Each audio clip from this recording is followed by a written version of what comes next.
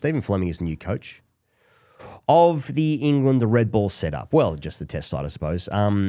Amazing fortune that not only did he become available, I suppose, but he's also a candidate that was appealing and attractive in more ways than one, and is likely to be able to work with McCullum, who, of course, is looking after the white ball gear for England. Business partners.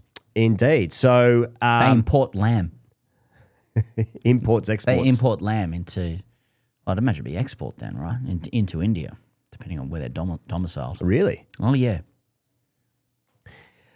So, whilst this is good news, because attractive candidate, he's not perfect. You know, he has left CSK because of their terrible last few seasons. He couldn't get the Melbourne Stars over the line. Many people have noted he hasn't coached red ball in nearly 20 years. Yeah, let's skewer him. Nah, I'm just saying there's you know no candidate is perfect, but I mean he'll at least have some experience in handling a changing of the guard, given that Dhoni has been in the wheelchair for 3 years, yet continues to play, and he's been sort of trying to manage the process of moving from one generation to the next. And whilst I wouldn't say that's exactly the same as England, I find there's some similarities there. He was, of course, a classy, stylish left-handed batsman. He was very much in the next James Bond kind of looks-maxing sphere. And also the thing that we appreciate the most is that he will definitely know All Blacks. He will definitely know All Blacks. And so that is something we do respect. So all in all, he is a candidate that as an Australian, you did not want England to have. No, it's a disappointing decision. Let's have it right. It's a very disappointing decision from an Australian perspective. It's not in the spirit of content. There were many other options there that we're all on our hands and knees begging for, praying for, and we didn't get it. Stephen Fleming is calm, he's composed. Unfortunately, he's respected by players across the globe, including in Australia. Yeah. That's disappointing. There's going to be no snickering about his appointment among Australian players or those inside the game.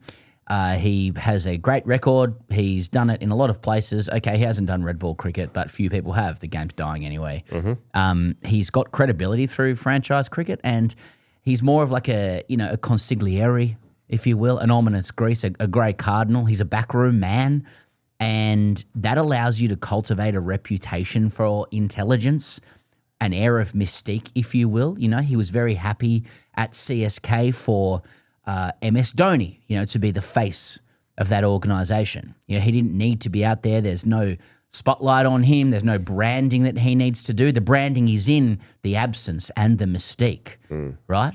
Fleming for a reason. You wouldn't be hearing that anywhere around CSK, perhaps for England. He doesn't crave limelight, it seems, which again, paradoxically, infers acumen. It infers wisdom. And it's a slap in the face to Western Australia, this entire thing. Because obviously, as we know, not a good day for Justin Langer, not a good day for Tom Moody, who was in the running, and whisper it quietly, not a good day for Damien Martin. Because did you know that when Fleming was captain for New Zealand, he knew that Damien Martin liked to play square. So his funky creative move was to put 16,000 people at point. Yeah, and then Martin got out a few times. And that's the kind of creativity that Fleming can bring to this arena. Now, there will be an overs-unders on how many times that's mentioned in the next however many years. Sure. But that seems to me to be the kind of the zenith, the jewel in the crown of the brand of Stephen Fleming as the cricket thinker. As you said, a tall, elegant, left-handed batter, a handsome man to boot. But because he led a New Zealand side that punched above its weight with one or two funky little field placings, that is brand Fleming sorted out. It does trouble me how hot he is. It's a very disappointing development. Well, it's not great for content, as you rightly said, because we had everything right there in front of us, and it's like let's pick something sensible, and that's not really what the ECB or English cricket have been about, certainly in recent times. But I am concerned about how attractive he is and how much he looks like Dan Carter if I squint a little bit, and class, Bond, left hand, tall, dark, handsome, attractiveness. What have we got? Andrew McDonald. Okay, it's a voice. its height, its limbs. Well, unfortunately, like we can't do a contrast now as well because like Andrew McDonald is defined by his calmness, his composure, the lack of curtain call, etc. It's a nice baritone voice, but he lets the players take the limelight, and it appears as though Fleming does this as well. I am concerned, of course, with Joe Root taking over the captaincy that no one is going to make the next Ashes about themselves. Well, we'll come to that. We'll come to that. Yeah. Well, Yaz Rana, shout out, formerly of Wisdom. He said the 2004 New Zealand touring side has produced as many England Test coaches this century as the country of England. Are England Kiwi pilled at the moment? You've got Fleming, McCullum, Southey, Jeetan Patel. I mean, you've got Dooley on Sky. Yep. They're all embedded around the England setup. Getting the Kiwis involved in the Ashes is odd to me. England going, you know what, let's get the Kiwis involved in beating Australia. Especially when Southey was still playing. He is still playing. Not for New Zealand, sure, but yeah. He was playing against guys that he was coaching. England letting Kiwis into the Ashes. Well, we know India's been trying to get into the Ashes and Greenberg's happy for that. Now the Kiwis are getting involved in the Ashes. Right. This broader question about England's, the dearth of international level coaches, or should I say the unwillingness to make England professional coaches international coaches? Is there something in that? Why, I mean, it's not really for us to say, but why do they look abroad so regularly for their international coaches and 100 coaches, it should say? Well, it is. I mean, this is certainly in the related to this is that Andrew Flintoff is leaving the Lions tour early in South Africa to coach the Sydney Thunder. Now, Flintoff wasn't in the running for this gig. He said he didn't want it, for instance, but he is certainly a guy that has been of the system, from the system, born and raised by the system, Bain style. I mean, like there just seems a dearth of like leadership generally. I mean, like I suppose there's been issues with the captaincy, given that like it could really only be one guy, according to many. I suppose two were in the running at least. So lack of captains, lack of coaches, lack of people want to stay in the system to lead this side. It might just be bad timing, coincidence that all this stuff is happening at the same time with the coaches and the captaincy, I suppose. But it is strange. It's a pattern. Like Tim Wigmore has written this week, since Duncan Fletcher in '99, Englishmen have coached England's Test side for only 5 of the last 27 years. And Silverwood is the only Englishman trusted with an Ashes campaign. So it isn't a coincidence relating to now. It's a pattern over a long period of time. And I suppose the question then is, does it matter? Does it matter that a coach is from the nation that they're coaching? So it's hard to articulate here, but Australia, to my memory, has had one non-Australian coach. Does it matter to us that they're from Australia? I mean, are these matters of, patriotism or understanding of DNA or the system? Do they help when it comes to communication, etc.? Well, when I think about this in different sports, I'm just thinking about it in the football sense, right? I mean, for years, basically since '66, England have trying to find a way to create the best footballers and follow the best pathway, the best system that other nations do. It's a German model or it's a Dutch model to try and win the World Cup, right? And then I think about certain nations seem to want to have coaches from that home nation. I mean, Germany's example, I suppose. And Mickey Arthur being the only example in Australian history where it didn't really work out. I mean, he sort of lost that dressing room pretty quickly after Homework Gate.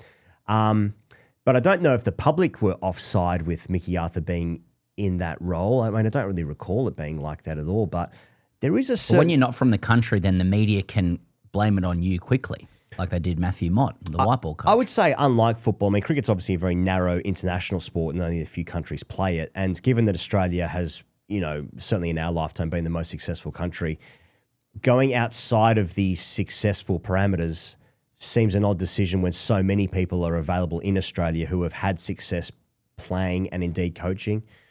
So I would find it hard to envisage, the next couple of Australian coaches to not be Australian, though the landscape is changing so quickly. I mean, you look at like Flintoff leaving the Lions tour to coach the Thunder. I mean, Australia are in a very fortunate position where we've had the same team for 35 years and the coach is away from the spotlight and he has had remarkable success and he is also from the system whilst also having played for Australia for a bit. But I wonder if that will change pretty quickly when this team finishes and Australia go through undoubtedly probably half a decade of mediocre results. Oh, the hard-nosed swing. The hard-nosed swing. And so maybe we will look outside our own borders for something that resembles success, toughness, firmness, and rhinoplasty. It's funny when you say it like that. I mean, we joke about wanting coaches or a team that reflects who we think we are. Does that, in part, explain, England's caution against wanting an English coach? Does it say something about their self-identity, around what they truly believe their cricketing kind of, I guess leadership capacity is? That their capacity will never be higher in England than it is elsewhere? Is this about aristocracy? Well, I think about like Fleming and McCullum who were like fine. They were fine players, right? They were good players. If they had the equivalent career playing for England, would they be criticised for not having won enough things? Do you have to be basically someone that's won the Ashes, won a White Ball World Cup, or had extreme success these days? I'm talking about from England, to be respected as a coach to then show younger people how to play cricket. But that's not the case with Andrew McDonald, who was an excellent first-class cricketer and he played cricket for Australia in Test matches and won things in that time. But he wasn't like a Justin Langer, Ricky Ponting type. But we still, have we respected it because he's won a lot of things? But we still want Ricky Ponting, don't we? Because we saw him play cricket well.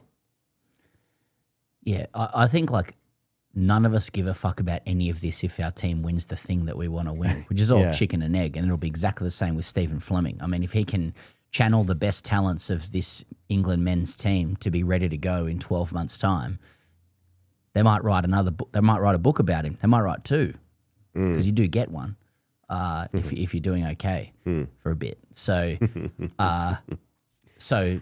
perhaps it doesn't really matter if the ends justify the means. In the context of this whole summer, which people were expecting to be, just setting ourselves up for the next big one this time next year, right?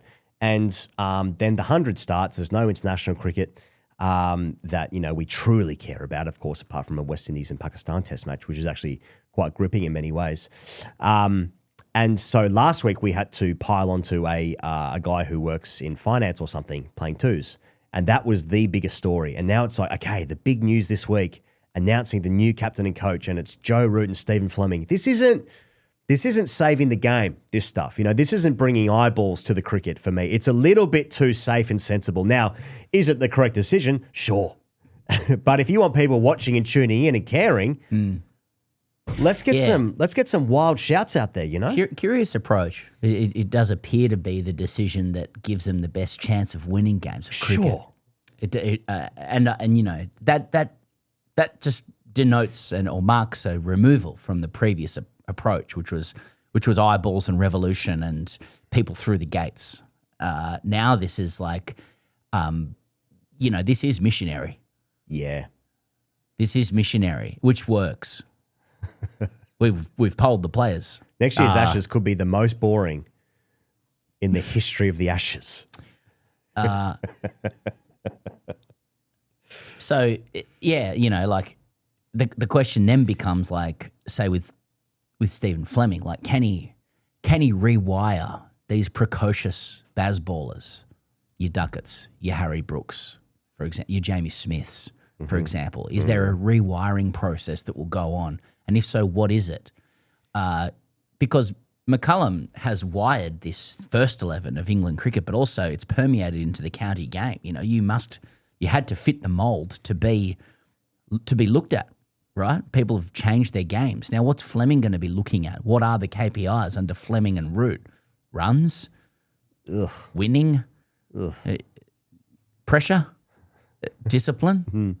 I shudder to think what that will do to the eyeballs. Now, Joe Root returning as captain, in some ways hard not to see it as a slap in the face to Harry Brook, but as a captain, Joe Root doesn't scare me. He's very much like the boyfriend she tells you not to worry about, except you don't worry about him. Because it's such a safe pair of hands. It's just, go over there, spend the night. It's all good. It's it doesn't intimidate me. You know what I mean? Because I think about my captains in those terms too. I've been doing LSD. What was Stoked? I've been doing LSD for 4 years, and now it's like I can't have a peppermint tea and be in by 8 p.m. You know what I mean? I need higher highs. I'm chasing the dragon in many ways. Now, sure, is it the right decision? I can see lots of reasons to suggest that it would be the right decision. There are a few people in England who are not happy. Like people are very worried. I mean, Indians are cheering. Yeah, don't get me wrong about that. I mean, that's Sachin lives on. Yeah, because I suppose, unfortunately, when Root passes Sachin, that is going to be one of the funniest days in the history of the internet, history of cricket internet anyway. But I suppose the hope is for everyone outside that is that his form drops off so much because he's under so much stress and burden from the captaincy that he never catches Sachin. And I suppose there is also an argument to suggest that with 3 formats these days and probably increasingly fewer test matches into the future, that it would be incredibly hard for someone to reach 15,000 test match runs. So if Root does pass Sachin, he might be the last one who has a genuine crack at it, because otherwise someone playing 170 plus test matches might take in the future, 25 years. So it is like a last chance saloon, which I would like to know the etymology of. As a saying, for one. But at the same time, I think the only chances that you can express are in the form of saloons. On a Great Western, a cowboy. You never heard about the first chance saloon? No, that's right. I feel like the reality is that if and when Root steps down from this role, let's say in 2 years' time, I reckon there's probably unlikely to be any more candidates appear within that time. Other than Harry Brook, who it seems like he's been given the next 24-ish months, maybe a little bit more, to mature. Because who's going to appear in that time in the next couple of years as a candidate to be captain outside of Root, for instance? It's not going to be any of the bowlers, I wouldn't think. I don't think it's going to be the wicketkeeper. I suppose the risk is if you gave it to Brook now and it didn't work, where do you go to from there? Because Joe Root's a little bit older. I suppose you would just make a decision. That guy wears the blazer and he does a coin toss and he makes the decisions about whether you bat or bowl first, and the world keeps spinning. But I suppose that they may feel like, let's give Harry a little bit more time. Joe Root is there. He wants to do it. It's a safe pair of hands for the time being. Let's give ourselves the opportunity to push this down the line a couple of years. I personally, I don't know. I don't know if that was the right thing to do or not, but I suppose Joe Root is there. The conversation around his last 17, 18, 20 games, whatever, has been changed a little bit between it being complete disaster, where he tried to axe Anderson and Broad from that West Indies tour, to, it was India home and away and Australia away, and, it's hard. It's hard. It's a great conversation. What is a captain? Very few of us really know what captaincy is within cricket, because it's not particularly discernible via a TV or even at the ground what a captain is doing or what influence they are having on their players. That's before you even get to the off-field factor, the vibe they create with the nation, the way that they wear a blazer, the way they conduct themselves at a press conference, all these things that seem to kind of intangibly factor into what a good captain is. Now, for so many years, cricket has just assumed that the best batter should be captain because they're going to hold on to their spot for one. You can then ally their captaincy with the runs that they score in the most individual pursuit ever. And Joe Root was essentially the end result of that calculation, and pretty safe pair of hands, in terms of his personality. Now, through the large majority of his results as an actual skipper, he has shown himself to be reasonably tactically flat, I suppose, unimaginative. He has made decisions that have shortened people's careers. There was evidence that still remained in his cricket thinking when he took over on a short-term basis only a couple of weeks ago. admittedly with a pretty ordinary team. So is it to be assumed that he will take the same tactical acumen that he previously had into this stint, or is there some wishful thinking going on that a different coach will somehow unlock a different way of seeing the game when he's on the field making decisions, around who to bowl, field placings, plans, etc.? It's really that's an area that's very difficult to it's difficult to say. Others will say well, you're as good a captain as the team that you have. You only have to see Ponting trying to steward a bowling lineup that was shorn of the greats that he had previously to be like, oh God, it's not that easy to actually turn this into something excellent. Yep. But we also know at the same time that captains can have an incredibly influential effect on, whether your team is greater than the sum of its parts, I suppose. I mean, and I think for that reason, there's quite a lot of people of influence within England who are rightly very nervous about what the effect of a Joe Root captaincy would be, not only on Joe Root, but also the rest of the team. And to what extent does Stephen Fleming influence that? I know that's definitely been the line from Root. It's I took it once I knew that Fleming was going to be the coach. I still think we don't even know what a cricket coach does. It's when it suits us, we say that cricket coaches sit in the back room and pump everybody up and leave it to the captain. And now when it suits England here, they're saying, no, Fleming will be this really positive impact on Root, who has also just come out of 4 years of a Stokes captaincy. And is he going to try and do an impression of that? I think in many ways, what is there to say? Sorry. What is there to say that Root would be good at captaining now when most accept that he wasn't and he hated doing it? He'll have a weaker team, I suspect, than when he actually... Well, hang on, let me think about that. 4 years ago, no, their bowlers were much better. They had much better bowlers than when he they lost in acrimony to the West Indies 4 years ago, and it was just the nadir for them. Well, their batting is stronger now. I would suggest. I mean, Root himself is a better player than what he was 4 years ago. Harry Brook has emerged. Jacob Bethel is an exciting prospect, no doubt about that. And Ben Duckett is a better opener than what they had previously. The bowling not as good. I mean, taking 20 wickets obviously the hardest thing, and I suppose that was one of the exciting things for England's fans' perspective of when Ben Stokes took over, that they had no issue taking 20 wickets even on particularly flat decks. And whatever that was at the beginning of McCullum and Stokes' era, it did seem to work. It seemed to breathe life into this listless, dead thing under Silverwood and Root. But then it's sort of just returned. They can take the same ingredients and make a completely different, get a completely different result.